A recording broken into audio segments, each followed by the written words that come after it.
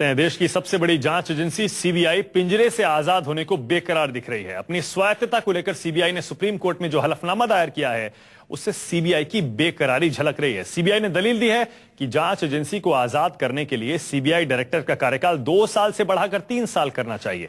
CBI ने दूसरी दलील दी है कि सरकार ने सीबीआई की जवाबदेही तय करने के लिए अकाउंटेबिलिटी पैनल बनाने की वकालत की है, लेकिन सीबीआई का कहना है कि सिर्फ जवाबदेही तय करने से सीबीआई जिम्मेदार नहीं होगी। इसके उलट इससे अनुशासनहीनता की घटनाएं बढ़ सकती हैं।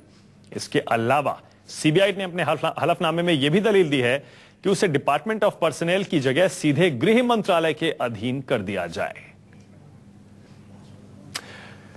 सीबीआई के आज के हलफनामे के बारे में और जानकारी के लिए हमारे साथ अब हमारे संवाददाता प्रभाकर मिश्रा जुड़ गए हैं। प्रभाकर, क्या संदेश मिलता है? जो मांग सीबीआई कर रही है कोर्ट के सामने, उससे क्या संकेत मिलता है?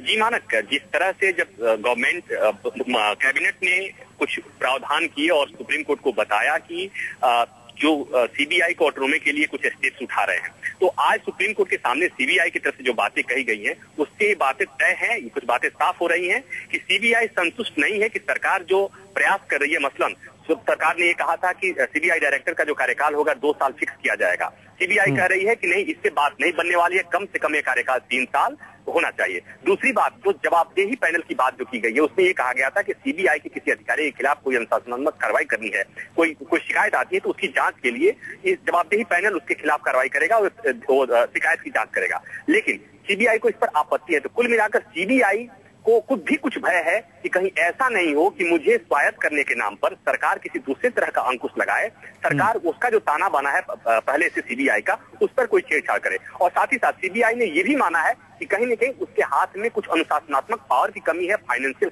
क्रंच है और उस पर भी विचार किया जाना चाहिए। तो कुल मिलाकर ये कि सीबीआई के भीतर के लिए जो सुझाव सरकार की तरफ से सुझाव दिए गए हैं कि सीबीआई को जो स्वायत्त करने का जो प्रयास है, जो कोशिश है, उससे सीबीआई संतुष्ट नहीं दिख रही है फिलहाल। बहुत बहुत शुक्रिया प्रभाकर इस जानकारी के लिए।